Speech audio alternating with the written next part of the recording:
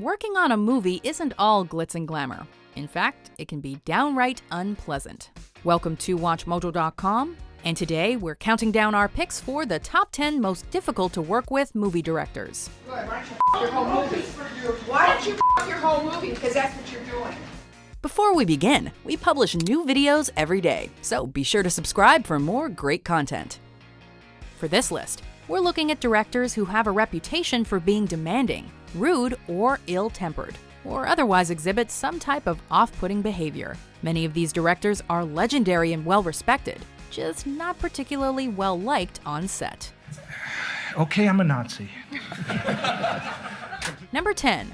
Werner Herzog. But of course I've done things that normally a filmmaker wouldn't do. While Herzog may be a nice enough fella, he's well known in the industry for being absolutely bonkers and a real stickler for authenticity. And it's this reality-based directing style that gets on many people's nerves. Some of his nuttier actions include willingly filming an active and erupting volcano, making Christian Bale eat live maggots for Rescue Dawn, and forcing his production team to haul a real 320-ton ship over a large hill for his film Fitzcarraldo. But hey, at least no one can criticize the quality of the effects. There!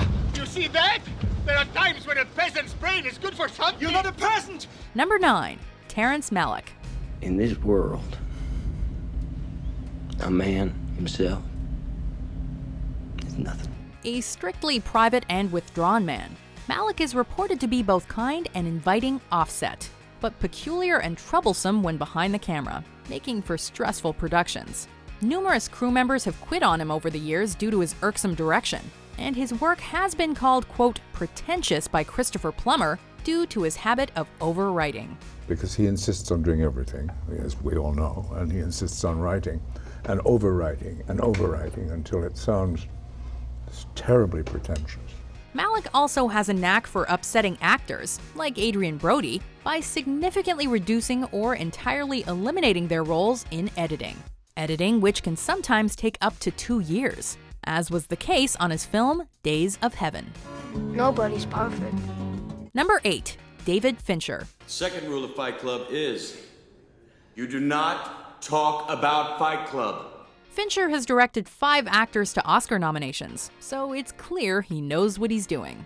Unfortunately for the actors themselves, this comes at a cost, including extremely long hours and not being able to pee. Yep, on the set of Zodiac, actors reportedly worked overtime with few breaks, and as a form of protest, Robert Downey Jr. left mason jars full of urine scattered around the set. Just like over in the corner and stuff, just he would go off and he would pee and then he'd bring it back, and it was like form of protest. Fincher's notorious perfectionism reportedly brought Downey's co-star Jake Gyllenhaal to tears when, while demonstrating the virtues of shooting digitally, he erased imperfect takes right in front of the frustrated and tired actor. I just want to help. Number 7.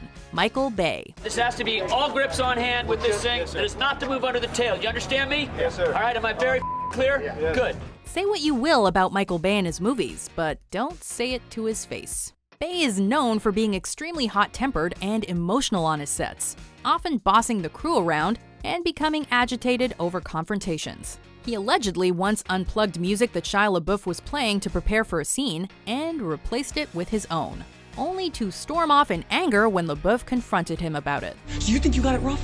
Actress Megan Fox has also said of Bay, quote, he wants to create this insane, infamous madman reputation, and compared him, at the expense of her job, to Hitler. And I'm your worst nightmare. Number 6. Lars von Trier. What can I say? I understand Hitler. This technical master may have both a Palme d'Or and Grand Prix from the Cannes Film Festival to his credit, but he's also a, quote, self-proclaimed control freak. He reportedly has a penchant for yelling at and disrespecting his actors, particularly women, some of whom have accused von Trier of displaying misogynistic tendencies. Icelandic singer Björk's experience working with the director was seemingly so unpleasant that she claimed she would never work on a film again. I used to dream that I was in a musical. Because in a musical, nothing dreadful ever happens. Nicole Kidman actually confronted him about making too many sexual jokes on the set of Dogville, while Kirsten Dunst, after working with him on Melancholia, acknowledged that his sense of humor took some time to adjust to. All I know is life on Earth is evil. Number 5. David O. Russell. I worked on this f***ing thing for 3 years, not to have some f***ing c*** yell at me in front of the f***ing crew when I'm trying to f***ing help you, bitch! While David O. Russell has produced some acclaimed films, his on-set personality leaves much to be desired. Case in point, the videos of Russell tearing into actress Lily Tomlin. Then there was the drama while shooting Three Kings, when Russell reportedly threw an extra to the ground, prompting George Clooney to confront him. As the story goes, Russell began banging his head against Clooney's, goading the actor to punch him, only to have Clooney strangle him instead. But I think, of course I went to him, and of course you try everything you can to try to make it as good as it can. Of course, we couldn't leave out the time he allegedly put Christopher Nolan in a headlock to get the director to release Jude Law from his contract so Russell could keep him in a role. So yeah, difficult. Hey man, how's it going? You're an asshole. Number 4. Francis Ford Coppola. I'm gonna make him an offer he can't refuse. The man behind the camera of some of the greatest movies ever made is known for being extremely assertive, often clashing with production crews and studios. His problematic persona was perhaps most evident during the filming of Apocalypse Now, which saw Coppola essentially making up the movie as he went, to the understandable annoyance of everyone else involved. Go by like you're fighting! Like you're fighting! Don't look at the camera! It's for television! Just go through! They had to tread lightly, however, as he was quick to fire naysayers. He also blamed himself for leading Martin Sheen to an early-aged heart attack, although the heat and booze certainly didn't help, with Sheen later saying, quote, "I don't know if I'm going to live through this." It was a real choice mission. And when it was over, I'd never want another. Number 3. Stanley Kubrick. Kubrick is infamous for his perfectionism, and unfortunately for those under his command, this often meant long days, countless takes, and lots of stress. For example, he demanded so much from Shelley Duvall, and treated her so harshly on the set of The Shining, that she became sick and began to lose hair from the stress. Right. Oh, come on. What do you mean roll 2 video? seconds. We're fucking killing ourselves out here, and you're going to be ready. I am too. I'm standing So we right play by mood the music? door. His penchant for endless takes annoyed many, but his iron fist and strong personality usually dominated them in the end. Tom Cruise didn't even tell Kubrick that he had an ulcer during Eyes Wide Shut, because he feared how Kubrick would react. Talk about a strong personality. A little oversimplified, Alice, but yes, something like that. Number 2. James Cameron. I'm the king of the world! James Cameron is one of the most visionary and game-changing directors in history.